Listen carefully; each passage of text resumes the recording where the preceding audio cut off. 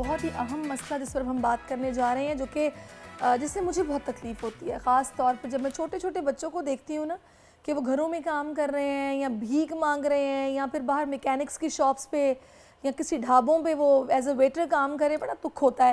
پاکستان میں child labour culture خطرناک حد تک بڑھ گیا ہے۔ ایک طرف ہم دیکھ رہے ہیں گلی محلوں کی دکانوں پر کم عمر بچے مزدوری کرتے دکھائی دیتے ہیں، دوسری طرف ہماری پڑھی لکھی ایلیٹ کلاس کے گھر میں انتہائی چھوٹے بچے بطور ملازم اور خادم کام کر رہے ہیں۔ بہت دکھ ہوتا ہے فہیم۔ بالکل جی، ایسا ہی ہے۔ اس پر ایک رپورٹ بھی تیار ہے اور اس کے بعد ہم اسی پر بات کرنے کے لیے اسٹوڈیو میں گیسٹ بھی موجود ہیں، ان سے آپ کا تعارف کرائیں گے۔ بیرسٹر ردا اس وقت میں جوائن کر چکی ہیں۔ ویلکم ٹو آر شو۔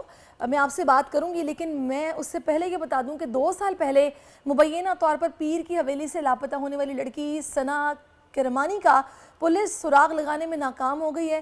رانی پور کی کم سن فاطمہ قتل کیس کے مرکزی ملزم سید اسد شاہ کو ڈی این اے ٹیسٹ کے لیے سخت سیکیورٹی میں کراچی منتقل کیا گیا ہے، اور بول نیوز کے نمائندے ندیم شیخ ہیں جو ہمیں تفصیلات بتائیں گے کہ ان کو منتقل کر دیا گیا ہے، کب کیا ہوگا۔ جی ندیم۔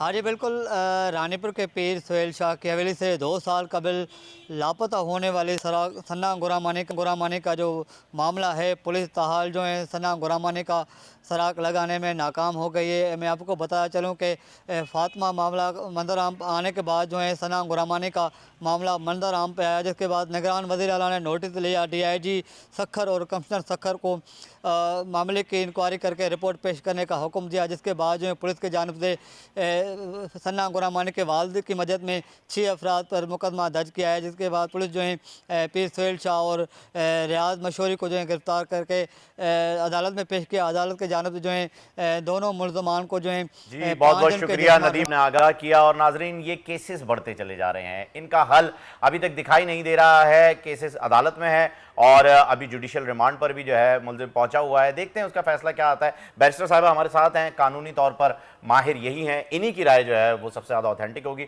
بیرسٹر صاحبہ ویلکم ٹو دی شو۔ سب سے پہلے یہ بتائیے گا کہ یہ چائلڈ لیبر سے اگر ہم شروع کریں، اس کے بعد ہم یہاں تک پہنچیں گے، کیونکہ اس کا فرسٹ سٹیپ یہ ہے جو چائلڈ لیبر پر ہم پابندی نہیں لگا پا رہے ہیں۔ اپنے بچوں کو جو کہ ہم پڑھا نہیں سکتے، جو غریب گھرانے ہیں، وہ اپنے بچوں کو انہی لوگوں پر بھروسہ کر کے ان کے گھر پر رکھوا دیتے ہیں کہ 2 وقت کی روٹی آئے گی، اور اس کی وجہ سے یہ نقصانات ہوتے ہیں۔ اسے کب پابندی لگائی جائے گی؟ چائلڈ لیبر کا لاء ہے کیا در حقیقت، وہ بتائیے۔ اور گورنمنٹ کیا کر رہی ہے؟ اچھا، تو ہر پروونس کے بعد 18ویں ترمیم کے بعد ہر پروونس کے اندر اس کا اپنا چائلڈ لیبر کا قانون ہے۔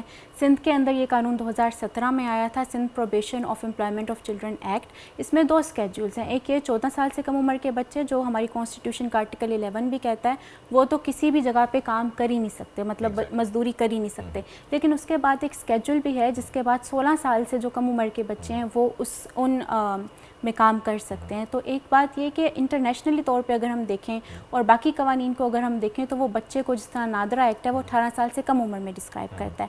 یہ ایک کانٹراڈکشن ہے قانون میں، جس کی وجہ سے چائلڈ لیبر کے اوپر ایک تو قابو نہیں کیا جا رہا۔ دوسرا یہ کہ چائلڈ لیبر کے اندر ایک مخصوص قسم کا لیبر ہے، اسے گھریلو بچہ مزدوری، چائلڈ ڈومیسٹک لیبر کہتے ہیں۔ اب ہر پروونس کے اندر اس کے اوپر بھی الگ قوانین ہیں۔ ایک تو پنجاب میں ہے جو 15 سال سے کم عمر کے بچوں کو روکتا ہے، اس کے بعد اسلام آباد میں اس نے 1 سال عمر بڑھا کے 16 سال کر دیا۔ اور اگر ہم سندھ کے صوبے کی بات کریں تو 2022 کے اندر اب آگے ایک امینڈمنٹ آئی ہے سندھ کے جو چائلڈ پروٹیکشن اتھارٹی ایکٹ ہے، جس نے 18 سال سے کم عمر کے بچوں کو اسپیشل پروٹیکشن میکنزم دیے، جس کے اندر امینڈمنٹ کے بعد گھریلو بچہ مزدوری بھی شامل تھی۔ لیکن اس کا نیکسس بہت زیادہ ہے ایک ایسے طریقے کے لیبر سے جو بانڈڈ لیبر کا سسٹم ہے، جس کا مطلب یہ ہے کہ 1 سال یا 2 سال کے لیے بچے کو کسی کی حویلی پہ رکھ دیا یا بچے کو دے دیا کہ وہ قرض اتار دے گا۔ 2015 میں یہ قانون سندھ کے اندر آیا تھا، جس کے آرٹیکل 11 اور 12 نے اس کو پروہیبٹ کیا تھا کہ یہ اس کی بالکل ہماری نہ کانسٹیٹیوشن اجازت دیتا ہے نہ اس کی اجازت ہونی چاہیے۔ لیکن پھر بھی جس طرح سے آپ یہ کیسز دیکھ رہے ہیں، یہ ہمارے سامنے آتے جا رہے ہیں۔ ان سے ڈیل کرنے کا صرف یہی طریقہ ہے کہ سوئفٹ ایکشن لی جائے اور ان قانون کو امپلیمنٹ کی جائے۔ امپلیمنٹ نہیں ہو رہا، قانون تیار ہے، لیکن لیٹ سے کہ ابھی ڈی این اے ٹیسٹ کے لیے جو ہے اسد شاہ کو یہاں لایا گیا ہے کراچی، اگر یہ کیس، یہ ٹیسٹ پازیٹیو آ جاتا ہے اور اس میں سزا بھی ہو جاتی ہے، جس کی ہمیں پوری امید ہے کہ ہو جائے، کیا سزا ہوتی ہے اس کی؟ کتنے عرصے کی سزا ہوتی ہے؟ اگلوں کی تو بیٹی چلی گئی ہے، بچی چلی گئی، ایک انسانی جان چلی گئی ہے، اس کا ازالہ کیا رکھا ہے قانون نے؟ دیکھیے قانون میں اگر سزا کی میں پہلے آپ کو بتاؤں، وہ زیادہ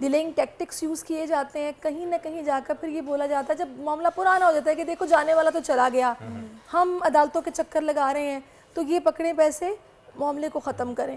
یہ ہو جاتا ہے جس کی وجہ سے مجرم عبرت کا نشان نہیں بنتا اور یہ واقعات رکتے نہیں ہیں. سزا اس میں کم سے کم نہیں, پوری ہونی چاہیے. وہ کیا ہو سکتی ہے؟ ڈیفینیٹلی پوری ہونی چاہیے. اور اس کی جو ریپ کی سزا ہے وہ تو ڈیتھ ہے, لائف امپریزنمنٹ ہے, 25 سال کی سزا ہے. کیس کی کس طرح سے پروسیکیوٹر اس کو پروف کرتا ہے, کیا ایویڈنس ہوتی ہے, اس پہ ڈیپینڈ کرتا ہے. فیسیلیٹیٹرز کو بھی ہونی چاہیے. ڈیفینیٹلی ہونی چاہیے. ان کا اتنا ہی انٹینڈر شامل ہے, ان کا اومیشن مطلب یہ کہ ایکشن انہوں نے نہیں لیا, اس کو نہیں روکا, اتنا ہی شامل ہے. ایک اور بات کا آپ کا میں جواب دیتی جاؤں کہ جس طرح لاہور موٹر وے ریپ کیس تھا, اس کے اندر بہت سوئفٹ ایکشن کی گئی تھی. آئی ہوپ کہ اس کیس کے اندر بھی سوئفٹ ایکشن لی جائے کیونکہ اب یہ نیوز کے اندر آ گیا ہے. لیکن میرا پوائنٹ آف ویو یہ ہے کہ اگر کوئی کیس نیوز کے اندر نہیں بھی آتا تو اس میں سوئفٹ ایکشن لینی چاہیے. اینٹی ریپ ایکٹ کے اندر اس کو 4 ماہ کا ٹائم دیا گیا کہ 4 ماہ کے اندر ٹرائل کو کنکلوڈ کر دیا جانا چاہیے. لیکن میں خود ایک وکیل ہوں اور میں نے یہ کیسز چلائے ہیں. 3 سال تک تو یہ کیسز آرام سے چلتے ہیں. یہ میرا as a human rights lawyer experience ہے. سو ڈیفینیٹلی اس کیس کو ایکسپیڈیٹ کرنا چاہیے اور ڈیفینیٹلی اس کو ایک عبرت کا نشان بنانا چاہیے. بالکل آپ نے ٹھیک کہا. بہت شکریہ آپ کا بیرسٹر رضا, آپ ہمارے ساتھ موجود رہیں اور اللہ کرے کہ اس مجرم کو کیفر کردار تک پہنچایا جائے. انشاءاللہ جو بھی مجرم ہے انہیں سزا ضرور ہونی چاہیے اور قانون بھی موجود ہے, بس اس پہ امپلیمنٹ کرنے کی دیر ہے اور ان کے گھر والے اپنا حوصلہ نہ توڑیں تو ضرور سزا ہو جائے گی انشاءاللہ. سبسکرائب کریں اور بیل دبائیں تاکہ کوئی خبر رہ نہ جائے.